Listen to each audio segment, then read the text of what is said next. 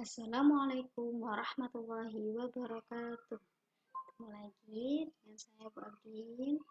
Ini Bu Abdin akan menjelaskan tentang akidah akhlak, materi adab terhadap tetangga dan lingkungan. Yang kemarin kita sudah Bu Abdin sudah menjelaskan tentang adab terhadap tetangga.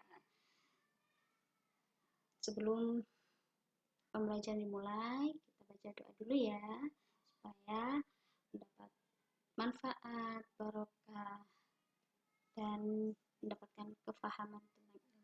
Bismillahirrahmanirrahim. Rabbi zidni ilma warzuqni fahma. Rabbi zidni ilma warzuqni fahma. Rabbi zidni ilma warzuqni fahma. Amin ya rabbal alamin.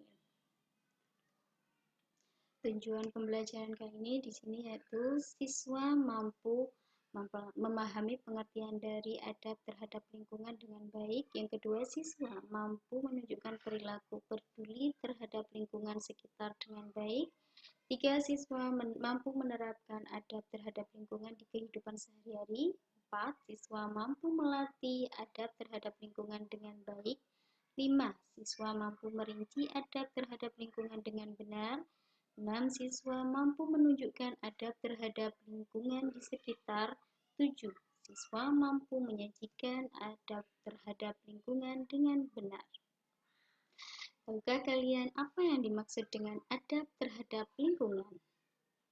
Adab terhadap lingkungan adalah tingkah laku makhluk hidup terhadap lingkungan sekitar, tingkah laku terhadap tumbuhan, hewan, dan apapun yang ada di sekitar kita.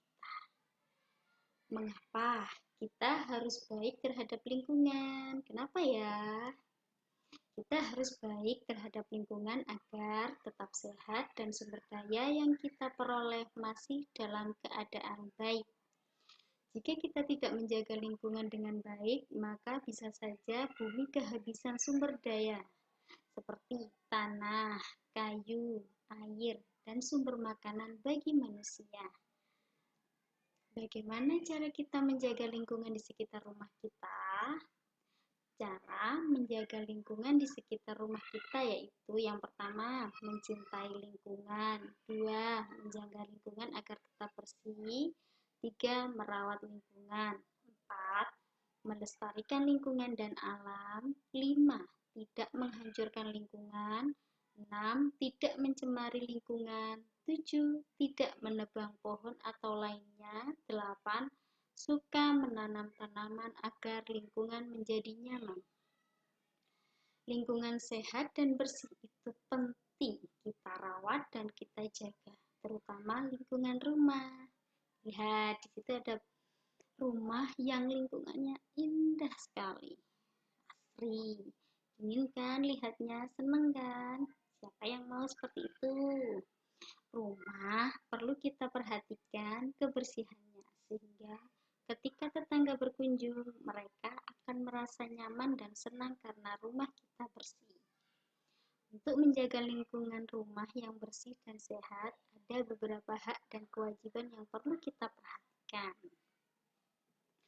Kewajiban terhadap lingkungan rumah yang bersih dan sehat. Silahkan dilihat, di situ ada gambar apa?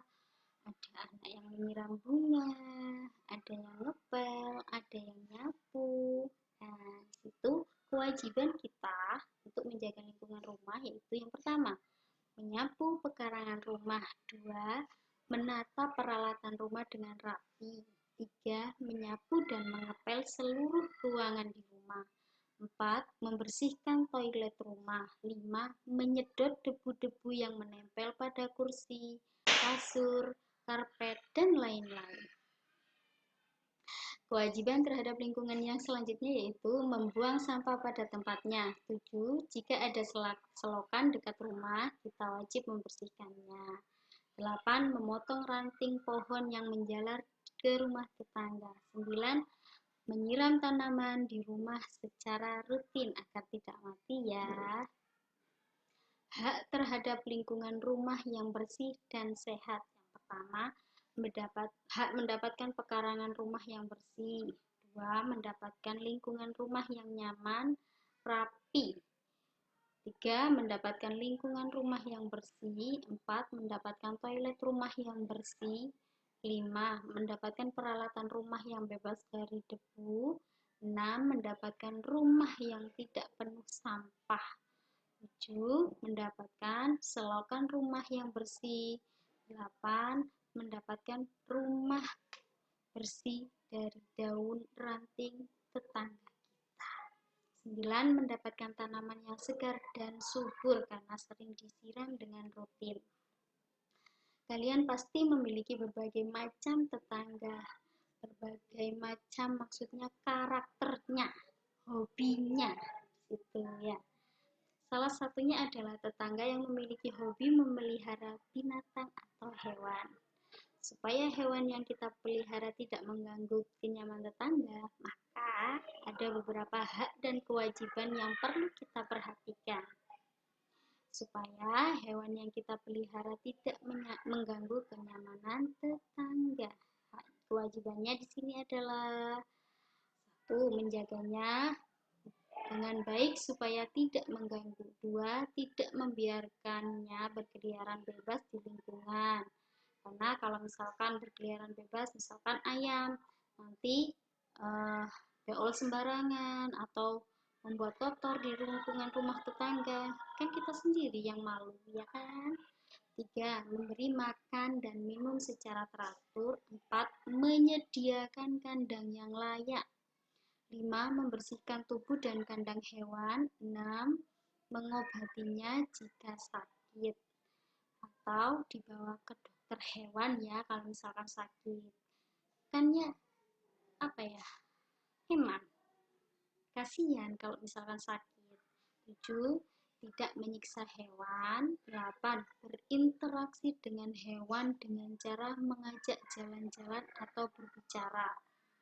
Kalau misalkan punya kucing, kita biasakanlah. Hak terhadap hewan peliharaan yang pertama mendapatkan perlindungan. 2. Mendapatkan tempat bermain atau berkeliaran. 3. Mendapatkan kandang yang layak. 4. Mendapatkan makan dan minum yang cukup. 5. Mendapatkan tubuh dan kandang yang bersih. 6. Mendapatkan perhatian jika sakit. 7. Mendapatkan kasih sayang dan perhatian dari pemiliknya.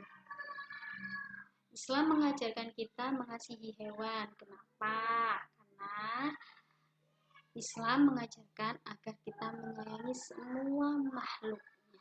Kesimpulannya di sini adalah dalam hidup kita harus memiliki sikap saling menyayangi dan mengasihi, meski terhadap lingkungan dan hewan sekalipun. Alhamdulillahirrabbilalamin. Semoga bermanfaat dan Assalamualaikum warahmatullahi wabarakatuh.